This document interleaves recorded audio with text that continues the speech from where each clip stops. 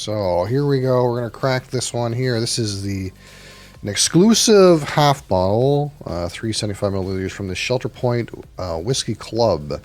It's the only way to get these particular Shelter Point offerings. This is a single malt whiskey, not single malt whiskey. Let's be careful. This is a single malt distillery on Vancouver Island, and they have various offerings, but the only way to get these particular offerings is to join their annual club. So this is their third release number 3, and that's all that this bottle says. But they've provided with us a little note card about this particular release. And again, this is from the Shelter Point Distillery, which is a Nelson Investments distillery. Whoever owns Nelson Investments, I guess they own the distillery. And it is non-chill filtered, natural color, and this is 100% Shelter Point Farm unmalted barley. And I think is there anything else really in here? Distilled in 2015, bottled in March 2025, so 10 years in ex-bourbon. And to be clear, this is 100% barley. So this is 100% barley whiskey, but it's not a single malt whiskey. Because all of the barley used in this is not malted. It all comes from the Shelter Point's farm, their actual farm. They produced the barley themselves, and then used it unmalted. They don't have a way to malt it, I'm assuming. So it's an unmalted mash, which I'm assuming they used enzymes, artificial, not artificial, but like, what would you call it? A natural, scientific, what's the word? Enzymes that they've added enzymes to break down the sugars in this barley. It's an unmalted barley. So it is 10 years old, aged in ex-bourbon, 100% unmalted barley at cask strength.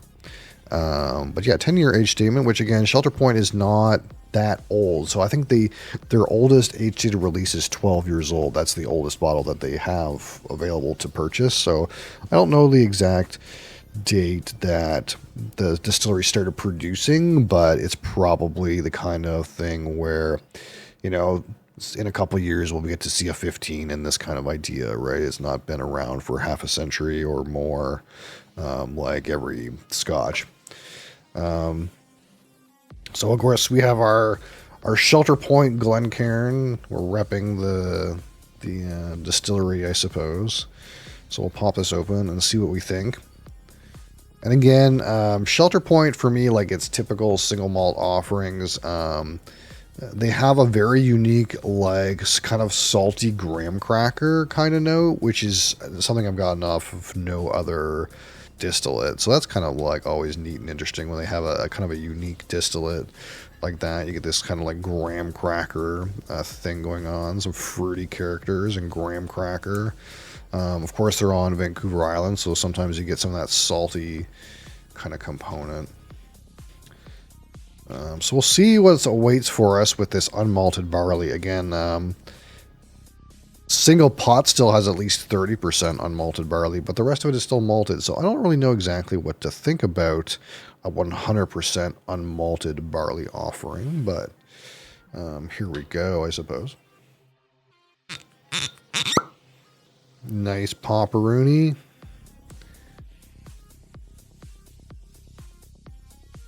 Great. And I kind of like this size because really, like, man, if everything was available around like half size or even 500 milliliters, like this is a kind of a nice size, to be honest, because I don't really need a full fifth for most bottles, but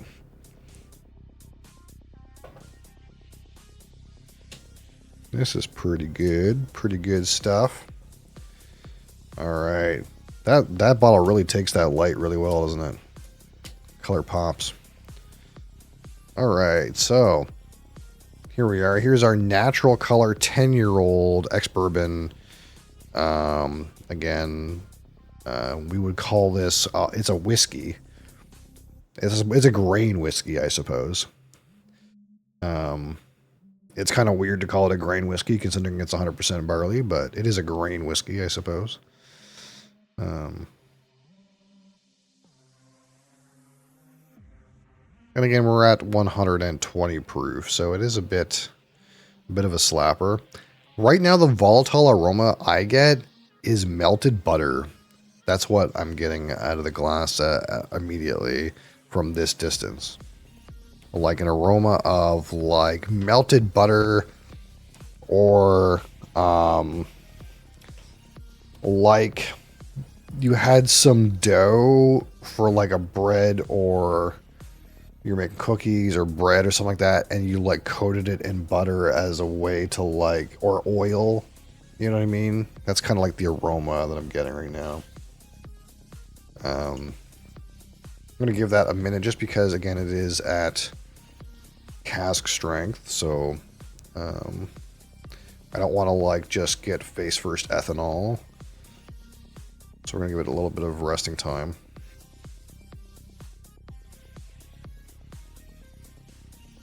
And thank you. Anyone who's hanging out, thank you for joining me to talk about some whiskey.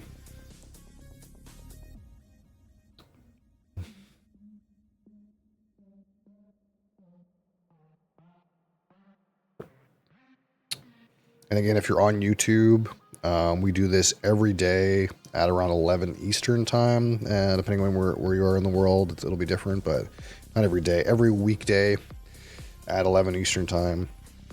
And of course, I stream 6 days a week. So if you're catching this on YouTube, join us. Join us on Twitch TV or live on YouTube. That's also an option. Or if you're really gung-ho, you can go on TikTok as well. I'm also there. You're also there. All right. So let's see what we can get off the nose here. Ooh, wow.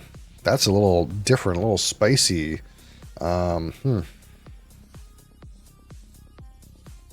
It's the first initial impression.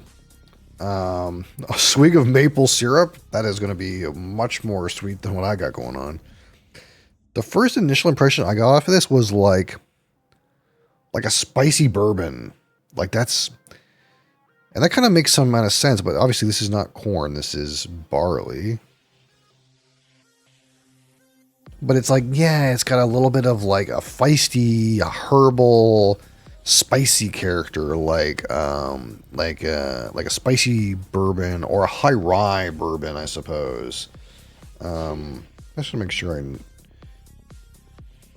yeah, it's all barley. Ooh, it's ferocious. But it is 10 years old, so it's not young. It's just of high strength.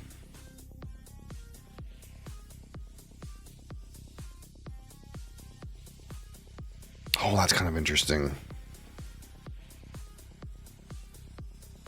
I'm kind of getting past some of this like herbal spicy note, but I'm getting into some like fruity character. Got a Scotch Infinity bottle? I do. It's the one that we just made though. I don't think I've ever made any changes to it. Here is, I need to get a command for this, but here's the live list. Here's the live list of infinity bottles. And there is a Scotch bottle in there, but it's the one that we made and I haven't ever changed it. So it's that one stream where I poured like 50 scotches into the same bottle. It's that bottle. But the list is there. I have posted the list on there. It's roughly accurate.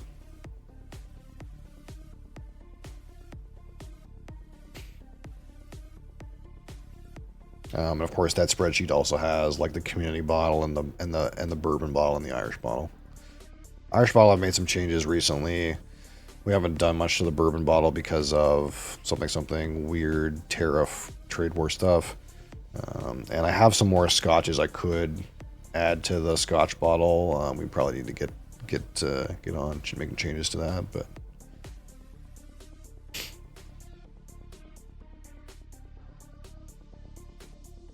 Yeah, so it's kind of like, I get like an orchard fruit, but the orchard fruit's not it's like very much like a pear, like very specifically. It's like I feel like I get up front like this rye spicy note, which reminds me of like high rye bourbon rye note. And right under that, there's like a pear. And then like intermingled with that, there's like a sweet grain note. Which right now isn't presenting exactly like the graham cracker that I'm describing previously on Shelter Point, but it's a very sweet grain kind of note. And like kind of intermingling a little bit with that pear, almost like a pear pie or something like that. That's almost like a good place to go with this. You got like some spice and some pear and some sweetness, and some grain character. It's like a pear pie. If that, I never had a pear pie before, but it's like if you switch the apples in a apple pie for a pears. Lagavulin 16, I can absolutely do that.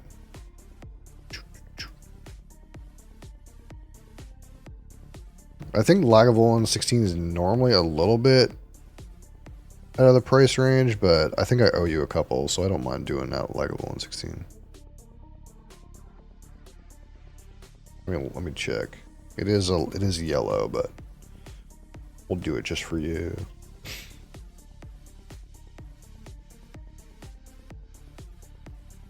Oh, that sweetness is coming in.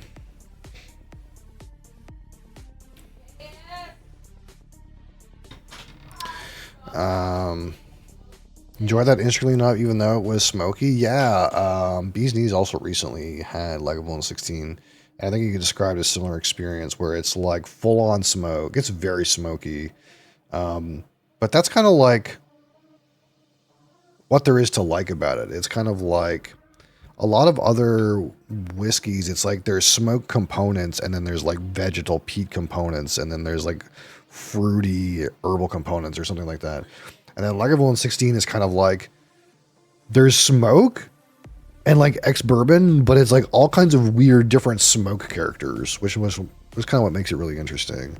Again, to me, when I have Lagavulin 16, it's not like straight smoke as like an asset. It's like you get smoke and then you get like other kinds of smoke. You get barbecue and you get protein and you get like charred log and ash, and these are all like very distinct, different like smoky notes. That's kind of what makes it fun. This nose is really quite nice.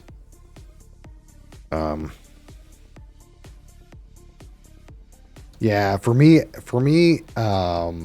ash is like a component of like Lagavulin whiskeys. Like when I get Lagavulin whiskeys, there's two things that like usually stick out for me. One is not on the palate, but on the aroma. There's like a smoked cheese, a smoked Gouda kind of note. And in the like back palate to early finish, there's an ash note. And to me, it's like those two things together are like, if I blind something and I gotta get those two things together, I kind of could clue in, okay, this is like the Lagavulin peat profile, you know? Because obviously some smoky characteristics are like similar across different peated whiskeys, especially if they get port, ale, and peat. But those are like parts of Lagavulin that are very unique to me, like the ashiness and the like smoked cheese kind of thing.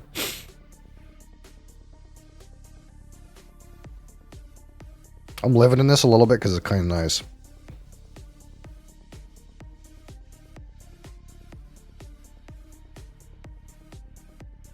Again, every time I go in, it's like some combination of this like rye spice, pear, like honey, sweetness, but like that's really close with the grain, like honey and grain kind of thing. And What else am I missing?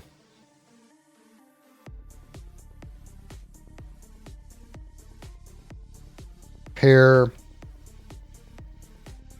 honey and grains, spiciness. It's like slightly an herbal character. That's very good, strong aromas too. That kind of reconfigure a little bit differently every time. That's always exciting. All right, so Shelter Point, Cask Strength, 10-year-old estate barley. On the palate. Cheers.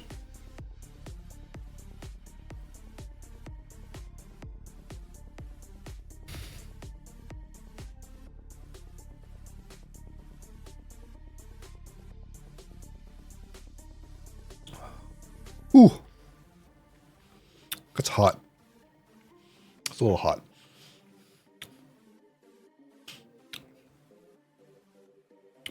Ooh. That drink's hot. That being said, the palate is like maybe not... It's a spicy meatball, yeah. It's maybe not too dissimilar from Shelter Point Cask Strength. The aroma kind of had like a little different thing going on, but the palate is coming across really similar to Shelter Point Cask Strength. It's kind of got like that fruit and like sweet honey, like graham cracker thing on the palate, and then it's kind of got like a chocolate in the background.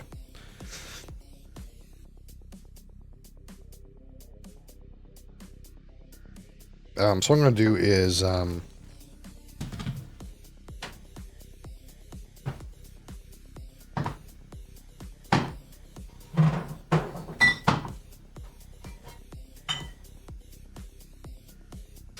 course, we have some Shelter Point Cask Strength single malt here, and I'll probably just pour a little bit of this, and then we'll kind of like compare them a little bit.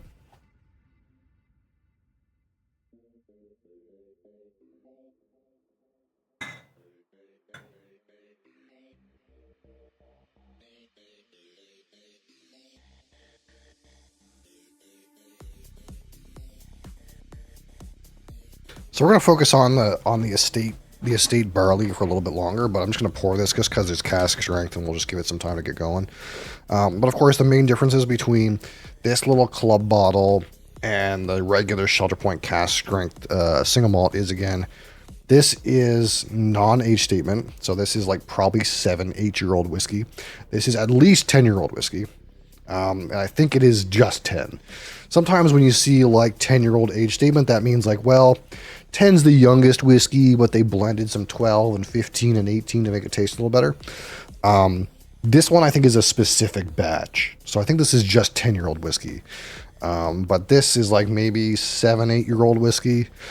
This one is 60% alcohol. This one is like 58.7. They're both entirely barley, but this is entirely malted barley. I think grown exclusively in British Columbia, but don't quote me on that. I'm not 100% sure. And this is all non-malted barley grown on Vancouver Island at their distillery. So that's the main difference between the two. I think they're both ex-bourbon maturation.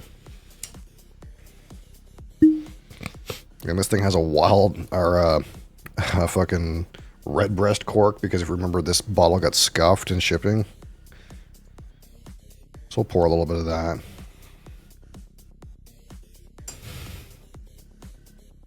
And we'll just kind of sit this aside, so we can kind of like do like a bit of a compare in a little bit. I just want to like have that rested a little bit because it's cask strength. But I think the thing that really occurs to me that's surprising to me about this kind of estate barley is when I go to nose this, I'm just so reminded of high rye bourbon. That's like what the note that hits the most, like really like familiar tone back here. Like this sweet, spicy, slightly herbal component. And of course there's no rye in here, but the barley's not malted. So There's almost like there's like an herbal note here that I'm trying to be specific about. I'm trying to get out. It's like sweet fennel seed, if you know what I mean. There's like a very specific thing, but there's like a sweet candied a component that's like combined with like this herbal component. And I'm reminded of, like, if you've seen them, like it's like different colored candy coated little fennel seeds. That's kind of what hits for me. It feels like it's quite right. But of course, when you get deeper, you get some more of those like more core Shelter Point characters. Some of that fruit and some of that like Grammy crackeriness. Have you had the Macallan 12? No. So one interesting thing is I've never had a Macallan. And the reason that I've never had a Macallan is because from the very beginning of my whiskey journey, I was told, hey, Macallan is good, but it's overpriced. So I just never got around to it. I've never had a Macallan. And every time I look at Macallans, I'm like, well, Macallan 12 is like $150. Or I could get something better. You know what I mean?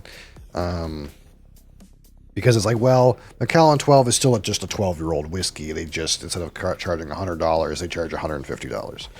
But I always didn't mean to get a Macallan. It used to be the joke that when Silac would sub, I would tell him, man, I got to get a Macallan so that when you sub, we'll try a Macallan. And I mean to, but it's like one of those things where it's like, you know, you mean to get some Japanese whiskeys and you mean to get a Macallan, and you know, you just keep kicking the can down the road because you see something on sale that looks delicious. This trip, I really went in on the top shelf liquor at the hotel bar. Nice.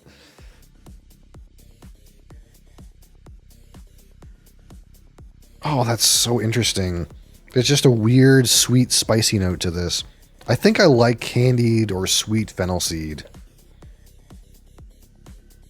All right, back on the palate here. See if we can like get more out of this. Again, it's quite hot.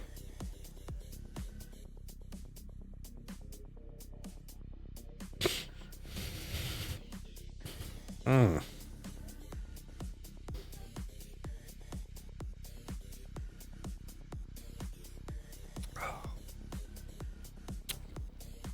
It is really good, but especially on the back end, it is really hot.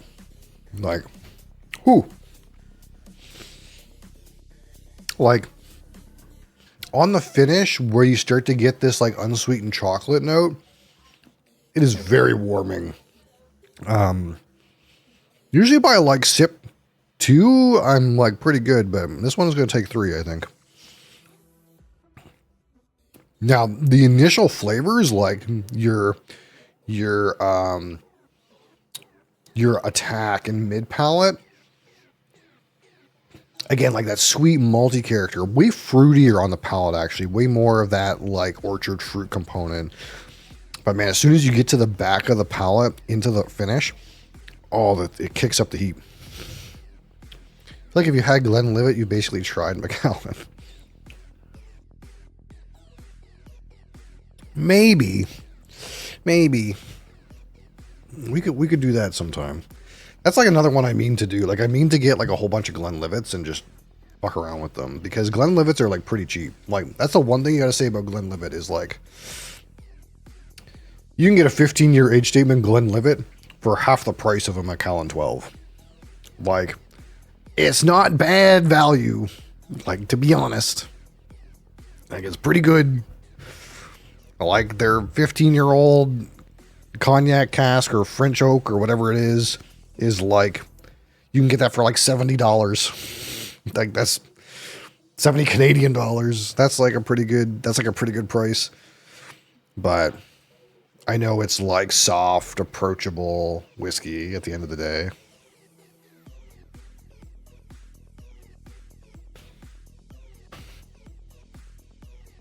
Now, one of the things you always hear about Macallan is that has a beautiful nose, but the palate doesn't back it up. And I wouldn't be surprised if that was true, because that's true of a lot of whiskeys. I feel that it has quite a floral and impressive kind of aroma, and then you get to that 40% alcohol on the palate, and you're like, well, where did it go? That wasn't a whole lot of anything. Glenlivet 12, 15, and 18. So that's the 15. Is the 15 the French oak? I think the 14 is the cognac cask. I think it's, there's the 12 bourbon, and then the 14 is cognac, and the 15 is French oak. And then the 18, I think, is a mix or something like that. I can't remember. But yeah, Glenlivet 18 is like, it's like similar to like Glenmoe 18 and like Glen Grant 18, where it's like, it's a pretty good value 18. It's not like anything extravagant to purchase. Like the Macallan 18 is like $850 where I am. At the hotel bar? Okay. Yeah. If I remember right, I think the 12 is just bourbon, and then the 15 is limousine oak, and the 18 is like a mix of bourbon and sherry, and the 14 is the cognac cask, if I remember right, but I could be wrong.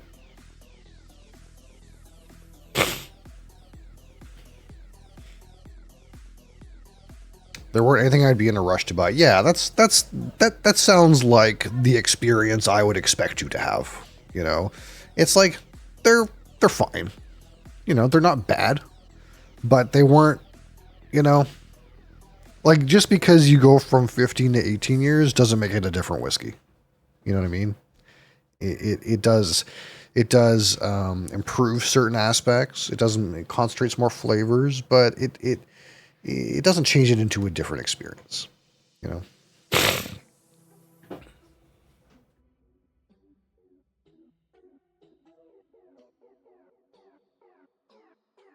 Don't worry, Scotch is a great journey to be on. I approve of the Scotch journey.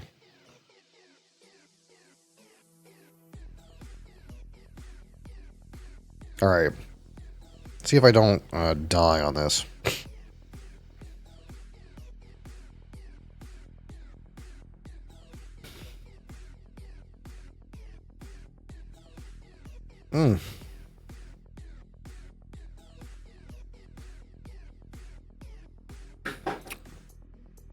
More of that sweet herbal fennel seed thing now. I mean, the back of the finish is still very warming. My tongue is like on fire.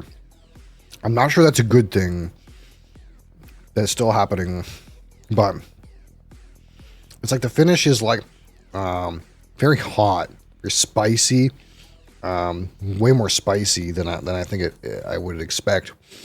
Again, some of that like graham sweetness into like a dark bitter chocolate on the finish. Stick to one liquor hobby at a time. Yeah, see, if I was smart, I would just do Scotch, because then we could ignore the other stuff. But the problem is I want to have it all. I want to have it all, man. And that's a bad idea. All right, so we've talked about this a little bit, even though I feel like I haven't gotten the best notes out of this. This neck pour of it is very spicy in terms of the heat. Oh, wow.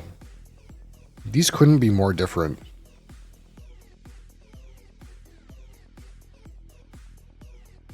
On the nose. Oh, the cask strength is way fruitier. It's way fruitier and way yeastier and way breadier.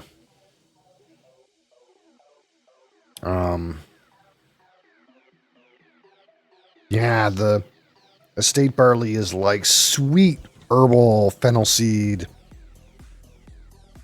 pear, and this is like lighter,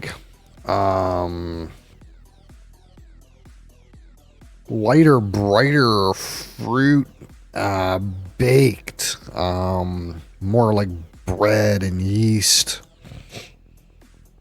more like actual baked good, like fruit muffin.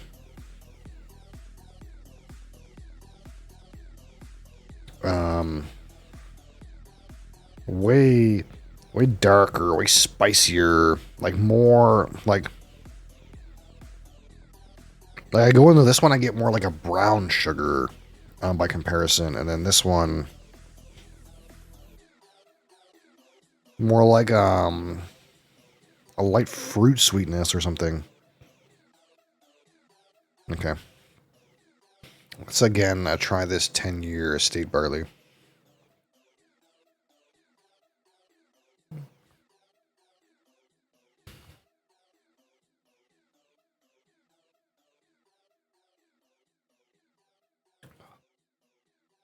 Man, the bourbon really took to this. I don't know if it's the bourbon barrel or just the unmalted barley, but it feels like this is so like, I don't even want to say the word bourbon adjacent, but the flavors are more like darker and spicier and more barrel forward, than I would have expected.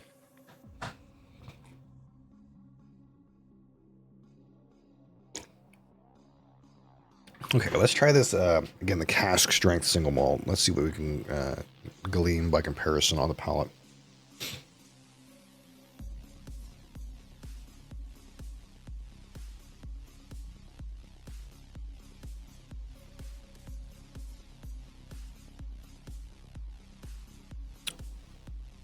Huh.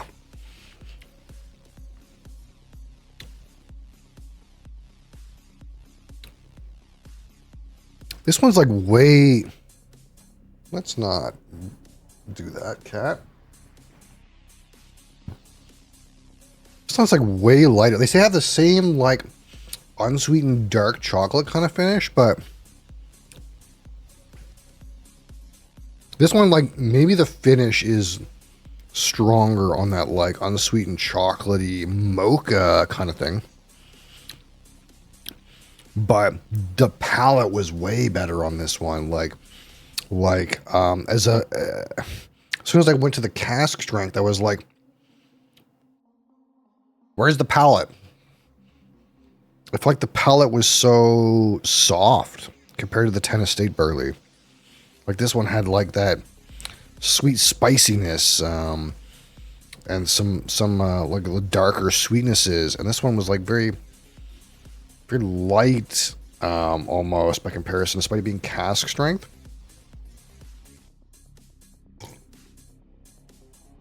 Like light almost in intensity too. That's not because the cork's weird, right? I don't think so. I mean, it looks fine.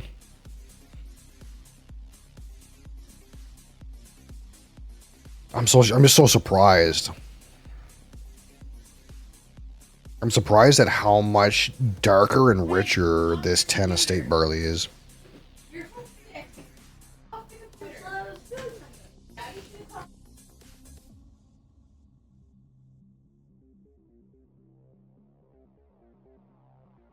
Yeah, wow.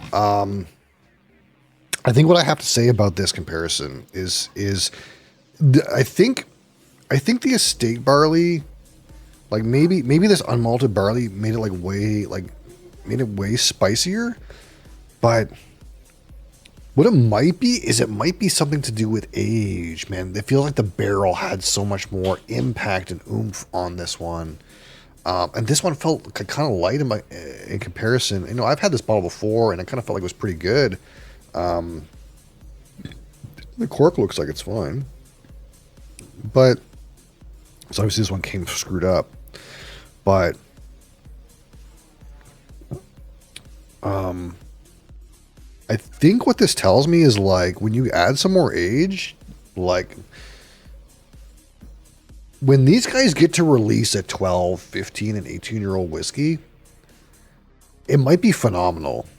That's kind of maybe what I'm coming to is like if we get some more age on these suckers, like it might really come alive. Because the difference in these two, it's like this one is darker and richer. The palate is more vibrant. There's like a spiciness that I maybe is contributed to unmalted barley. And this one didn't seem quite like yeastier and like freshly baked kind of like components, like actual baked goods. Whereas this one is like again more dry and graham cracker. But I got dry graham cracker off this before. It's kind of just the comparison showing I think the difference. But I'm very impressed by this little half bottle. The flavors are so much stronger and richer. And one of the main differences, unmalted barley, but also this is, I got an age statement. And maybe since this is like maybe 7, 6, 8-year-old whiskeys, man, maybe the age is the difference. Maybe the age is the real difference. Because these don't even seem... This estate barley reminded me of the cask strength initially, but when I compare them, it's just night and day. It's like not even the same whiskey. And that's so wild to me. So yeah, man, honestly, great. This one's fucking. It's a little hot though. The finish is really warming, like more than again. I've had plenty of barrel strength scotches and bourbons, and this one very very warming. So aside from that, not sure why it's kind of drinking so hot, but very impressed by the flavor impact and the flavor profile of this one.